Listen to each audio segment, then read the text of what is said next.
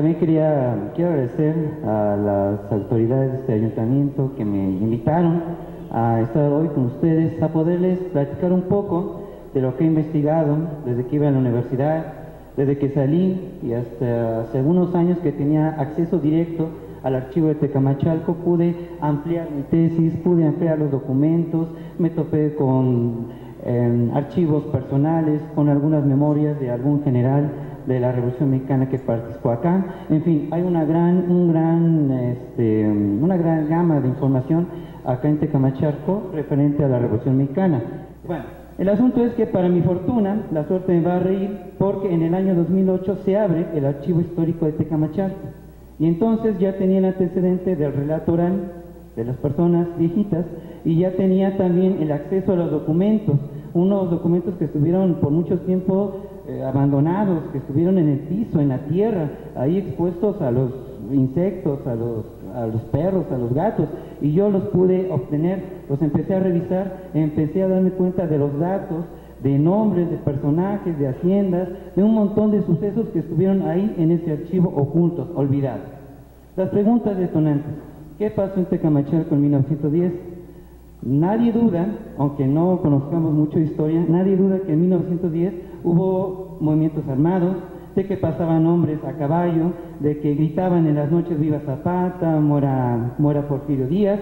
Nadie duda de eso. El problema es aquí, ¿por qué lo hicieron? ¿Saben? Esas personas, ese grupo de individuos tenían una razón muy concreta y particular. Era a mí lo que realmente me importaba. La siguiente pregunta: ¿quiénes son los personajes que se levantan en armas acá en Tecamachalco? Vuelvo otra vez a los relatos orales. La gente mayor nos habla, en general nos dice que había hombres, que llegaban soldados, que aquí por la vía del ferrocarril llegaban también hombres, y que algunos los llevaban para la cárcel. Pero ¿quiénes eran? ¿Por qué se los llevaban? ¿A qué venían? O sea, realmente no me decían nada. En el relato oral se va a perder el nombre y muchos datos importantes de estas personas. Yo lo rescaté precisamente con los archivos. ¿Qué era Tecamachalco en 1910, 1908? ¿Qué es hoy Tecamachalco? Quiero irme primero al contexto urbano de Tecamachalco. Realmente Tecamachalco en 1910 era una zona rural, era una zona pues pobre, era una zona transitada, ya tenía una estación del ferrocarril. Tecamachalco solamente tenía un hospital en 1910, un hospital para toda la capacidad del distrito. En 1910, si una persona era golpeada y necesitaba una urgencia médica, y esa persona era de Tuxtepec, traerla a Tecamachalco por las veredas, por los caminos, era realmente tedioso. Si tenía suerte y llegaba al hospital, ya la hizo; si no, pues se moría en el camino. Por cierto, el hospital se llamaba Mucio Martínez. No es casual que existiera un alto índice de mortandad. Moría principalmente muchos menores de edad, precisamente por el pequeño hospital que había en Tecamachalco. Y sin embargo, en aquellos años, el gobierno del estado de Puebla impuso a que todos los tecamachalquenses pagaran 3 centavos mensuales para sostener el hospital Mucio P. Martínez que existía en Tecamachalco. La imagen. Miren, la imagen es un plano de 1863, más o menos, no corresponde a 1910. Voy a hacer aquí un pequeño paréntesis. En los archivos he encontrado que antes del estallido de la Revolución Mexicana, el gobernador pedía al jefe político de Tecamachalco que le enviara planos, pedía que también le enviara fotos de algunas construcciones que se hacían en esta zona. No los he podido localizar. He podido únicamente localizar el documento en el cual el jefe político junto con el presidente le dice: señor gobernador, ahí le enviamos los planos, le enviamos la información, le enviamos las fotos, y hasta ahí llegué. No los he podido localizar, pero deben de estar por ahí perdidos. Bueno, el mapa me apoyo en él porque realmente no va a cambiar mucho.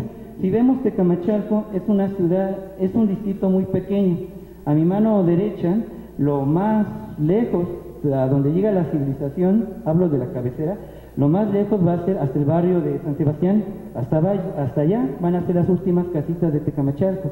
Y todavía un poco más allá de esas casas está el cementerio, allá la muerte, allá lejos de la zona en donde vive la gente de Tecamachalco.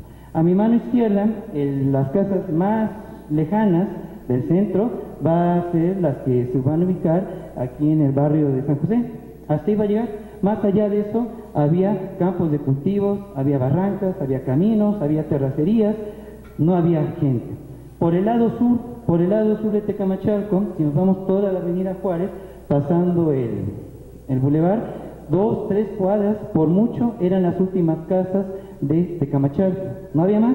Más para allá, les digo, eran terrenos de cultivo. Y en el norte del centro histórico, por antonomasia, el edificio que dominaba toda la planicie, pues era precisamente el molino de trigo, que era propiedad de los señores Coutolen. Así era Tecamachalco en estas épocas. Era muy pequeño, no es nada como lo que actualmente soy. Ahorita ya hay una explosión demográfica impresionante. En Tecamachalco, a pesar de que les digo era una zona muy pobre, estaba comunicado por el telégrafo y por el teléfono. Tecamachalco tenía una comunicación directa con Chalchicomula, Ciudad Cerdán, tenía comunicación con Tepeji, tenía comunicación con Puebla, con Atlisco. Cualquier cosa que sucedía, cualquier movimiento armado que ocurría allá, inmediatamente los jefes políticos se anunciaban y aquí en Tecamachalco podíamos saber qué estaba ocurriendo. No solamente era externa, interna también. Había una comunicación, el jefe político tenía una comunicación con las comunidades de Santiago Alceseca, de San Mateo, de Yehualtepec, de Tlacotepec, y por eso es que sabemos cuándo llegan los zapatistas a esas zonas, porque llegan los zapatistas, inmediatamente el presidente municipal manda el telégrafo, y para nuestra fortuna, los telégrafos, los documentos están en el archivo histórico de Tecamachalco. Tecamachalco, les digo, va a ser una zona realmente muy pobre, muy pequeña. Va a ser una localidad en la cual solamente hay 4 escuelas, en la que no hay luz. Realmente en Tecamachalco no hay luz. La única zona en donde había luz, según los documentos, va a ser aquí en el parque. Y va a ser hasta el año de 1912, cuando el señor Coutolen va a dar una concesión de luz que va a bajar directamente desde el molino hasta aquí, hasta el Zócalo. Ahí va a haber luz para alumbrar precisamente en las noches. Más allá del Zócalo, ¿cómo se podía alumbrar Tecamachalco? Pues fácil, una persona iba en la tarde con una velita y prendía cada uno de las lámparas que estaban alimentadas por el petróleo, ¿sí? Iba, las prendía una por una, al otro día iba y las apagaba. Él decía, era una parte muy, pues realmente el contexto de Tecamachalco va a ser muy pobre en ese sentido. La gran modernidad que nos hablan del porfiriato, del progreso, realmente en Tecamachalco no había llegado. Era muy, muy pobre en este contexto. La siguiente, por favor. En la plaza, aquí en el Zócalo, que lo tenemos unos cuantos pasos, ¿sí? ¿Qué se vendía en la plaza? Se vendía pulque, y el pulque estaba restringido, no era para todos y no era para toda la gente, no eran todos los días. Había un día en particular, me parece que era el día martes, se podía vender pulque en la plaza acá de Tecamachalco. En el Zócalo, antes no había un mercado, no existía un mercado en Tecamachalco en 1910, había plazas. En los 4 puntos del Zócalo de Tecamachalco, ahí se ponían 4 pequeñas placitas de cada lado, ¿sí? A surtir precisamente los granos básicos que necesitaba la sociedad tecamachalquense. La que sigue, por favor. Las escuelas. Había, les digo, 4 escuelas en Tecamachalco, no había más. Unas eran mixtas, otras eran únicamente para mujeres y otras eran para niños. La cárcel de Tecamachalco en su interior también tenía un centro de educación para dar educación a los presos. Bueno, resulta que en Tecamachalco había 4 escuelas, que eran muy pocas, y resulta que también había pocos estudiantes, y resulta que había, dentro de esos poquitos estudiantes, había una pequeña minoría de mujeres. Si ustedes investigan un poco de la Revolución Mexicana, donde más actividad hubo revolucionaria, armada, fue en las comunidades donde pasaba el tren o había una estación del ferrocarril. Tecamachalco va a cumplir este requisito. El tren va a llegar más o menos en 1808. Uno pensaría que las tierras en donde actualmente está el tren, que antes eran terrenos, tenían dueños, se las iban a quitar a los indios por las malas. Yo encontré un documento en el archivo histórico que no le quitan las tierras a los indios, no se las van a expropiar. Al contrario, se va a hacer una colecta encabezada por el jefe político, por las autoridades y por la gente rica de la comunidad, que va a hacer cooperacha y les va a pagar parte de los terrenos de los originales dueños para que se pudiera construir la estación del ferrocarril en Tecamachalco. ¿Saben?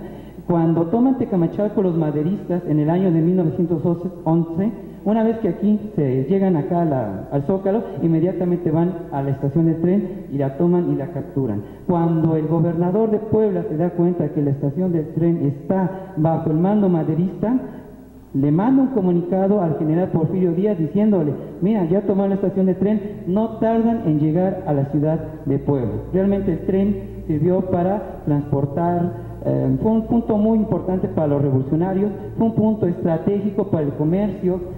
Por el tren se mandaba ayuda.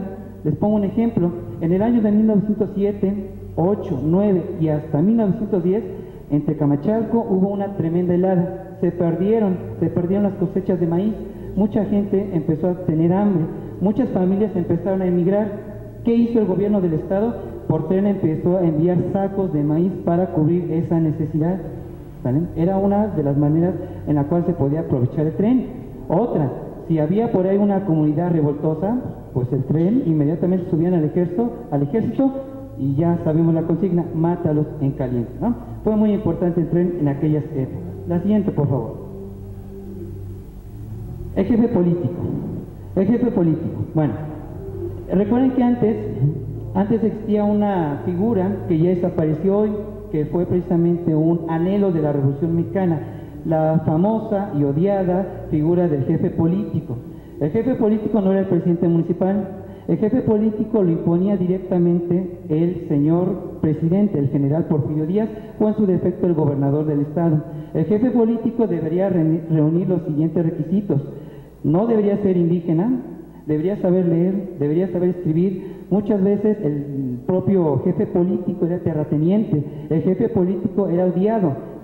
¿Por qué? Porque era el encargado de aplicar la mano dura del general Porfirio Díaz en las comunidades.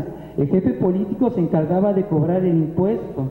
Ya lo había dicho el ponente anterior, no nos gusta pagar impuestos, no nos gusta pagar el IVA, y el jefe político tenía que obligar a la sociedad a que pagase el impuesto. El jefe político era odiado por eso. El jefe político podía decidir: tú te vas a la leva, tú vas a hacer servicio militar y tú no. El jefe político aprovechaba todo ese poder que le daba el aparato porfirista y lo utilizaba a su propia conveniencia. No por algo, les digo, fue la imagen más odiada en el porfiriato.